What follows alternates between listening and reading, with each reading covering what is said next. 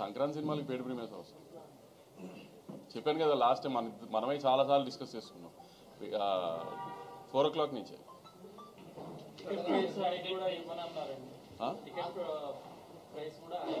FTC chairman గారు అమెరికాలో ఉన్నారు. ఆయన దిగిన తర్వాత ముందు ఆయన సినిమా ఉంది, ఆయన ఏం తేలుస్తారో తర్వాత సినిమా.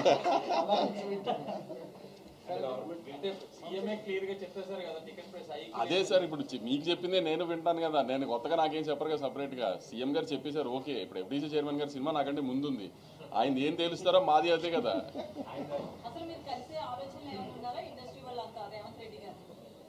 మ్యామ్ అదే అంటున్నాను కదా మ్యామ్, దిల్ రాజు గారు హైదరాబాద్ వచ్చిన తర్వాత ఒకసారి అందరం కలిసి డిసైడ్ చేసి దెన్ ఎలా విల్ టేక్ ఇట్ ఫార్వర్డ్ అనేది చూడాలి. ఇంకా అంటే నా కాంబినేషన్ కాదు, నేను ఆయనతో పని చేయాలన్నది ఎప్పటి నుంచో నేను వెయిట్ చేస్తున్నా. అంటే నాతో కాంబినేషన్ ఏంటి, నేను హీరోయిన్ ఏంటి, కానీ నేను ఎప్పటి నుంచో ఆయనతో పని ఇండస్ట్రీకి వచ్చినప్పటి నుంచి ఇప్పుడు బాలకృష్ణ గారితో పనిచేయాలని అందరికీ ఉంటుంది కదా, చాలా ఎక్కువ ఉండింది. సో నేను ప్రౌడ్గా చాలా చెప్పుకోగలిగింది ఏంటంటే, ఇప్పుడు నేను సినిమాలు చూడటం మొదలుపెట్టిన లాస్ట్ 25-30 years నుంచి కూడా బాలకృష్ణ గారిని నేను చూపించినట్టుగా ఎవరు చూపించలేదు. అంత కాన్ఫిడెంట్గా చెప్పగలుగుతాను నేను. నా సినిమాలో ఇవాళ ఉన్న విజువల్స్, ఇప్పుడు మా సినిమాలో ఉన్న విజువల్స్ లాస్ట్ 20-25 yearsలో ఎప్పుడు బాలకృష్ణ గారి సినిమాలో విజువల్స్ అలా లేదు. సినిమా పరిశ్రమ మీద ప్లస్ గానీ మైనస్ గానీ ఉండే అవకాశం ఉందా? రీసెంట్ డెవలప్మెంట్స్ అంటే దేని గురించి? అల్లు అర్జున్ గారి అరెస్ట్ బయటకు రావడం. సార్ ఒక్క డాకు మహారాజ్ గురించే మాట్లాడుకున్నాం ప్లీజ్. నేను అందుకే పేరు చెప్పలేదు కదండి.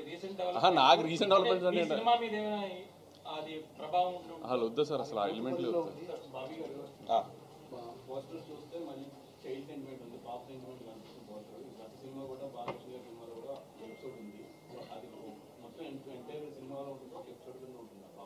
అదే చెప్పాను కదండి, సినిమా మొత్తంలో బ్యూటిఫుల్ ఎంటర్టైన్మెంటు, పాప ఎమోషను, అలానే మిగతా యాక్టర్స్ లైక్ శ్రద్ధా శ్రీనాథ్ గారు కావచ్చు, ప్రజ్ఞ కావచ్చు, అలానే బాబీ డేల్ కావచ్చు, అందరికీ ఇంపార్టెన్స్ ఉన్న క్యారెక్టర్లే ఉంటుంది.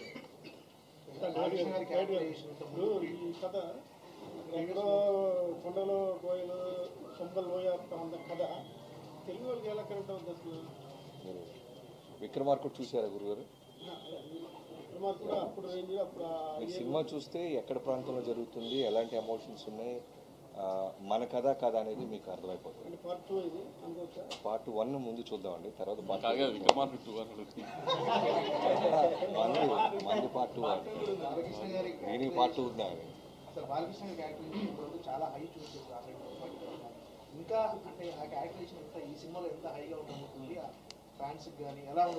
అదే సంక్రాంతి పండుగలా ఉంటుందండి బాలకృష్ణ గారి క్యారెక్టర్. బాలకృష్ణ గారు ఒక ప్రజాప్రతినిధి కదా, ఎమ్మెల్యే గారు అంటే సినిమాలో ఆయన క్యారెక్టర్ ఎలా ఉంటుంది, మరి వైలెంట్ గా చూపిస్తే అది క్రిటిసైజ్ చేసే అవకాశం ఉంది కదా. ఒక ప్రజాప్రతినిధిగా ఉంటూ జనాలకి ఏమి ఇప్పుడు ఆయన ప్రజాప్రతినిధిగా ఉన్నప్పుడు ఏదైనా సమస్య వస్తే వైలెంట్గా రియాక్షన్ అవ్వాల్సి వస్తే అవ్వాలా లేదా? సో ఆయన అక్కడ ఎమ్మెల్యేగా నిజంగా సమస్య వస్తే రియాక్ట్ అయితే ఎలా ఉంటుంది, ఈ కథలో కూడా ఏదైనా సమస్య వస్తే నిజాయితీగా పోరాడతారు ఆయన. అదే విధంగా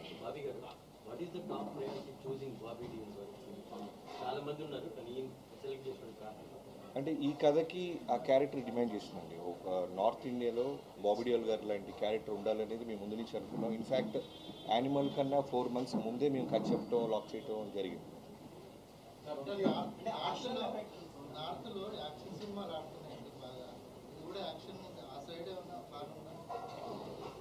తెలుగు రిలీజ్ తర్వాత ఫస్ట్ తెలుగు రిలీజ్ చేసిన దాని తర్వాత ప్లాన్ చేద్దాం అని 1 week తర్వాత. రాజుగారి 2 సినిమాలు ఉన్నాయి సంక్రాంతికి, థియేటర్స్ విషయంలో ఏమైనా ఇబ్బంది ఉంటుందా? అంటే రాజుగారికి 3 సినిమాలు నైజాం ఆయనే కదా. సో రాజుగారు ఎప్పుడైనా ఆయన సినిమాల కంటే నా సినిమాకి ప్రయారిటీ ఎక్కువ ఇస్తారు.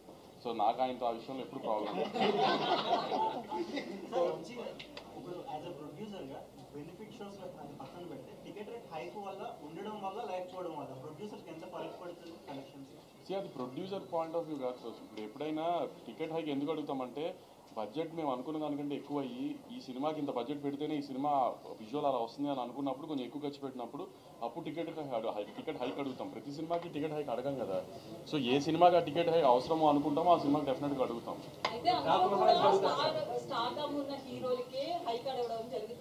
సో ముఖ్యంగా బడ్జెట్ లో హీరోలు ఎక్కువగా తీసుకోవడం వల్ల ఎఫెక్ట్ అవుతుంది అనుకోవచ్చు. అది తగ్గించే ఆలోచనలు ఏమన్నా ఉందా?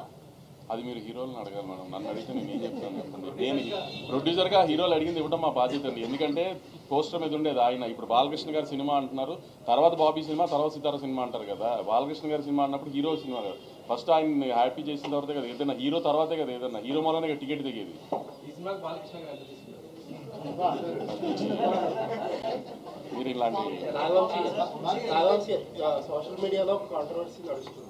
యూఎస్ డిస్ట్రిబ్యూటర్ 3 సినిమాలకి ఇప్పుడు సేమ్. అవును.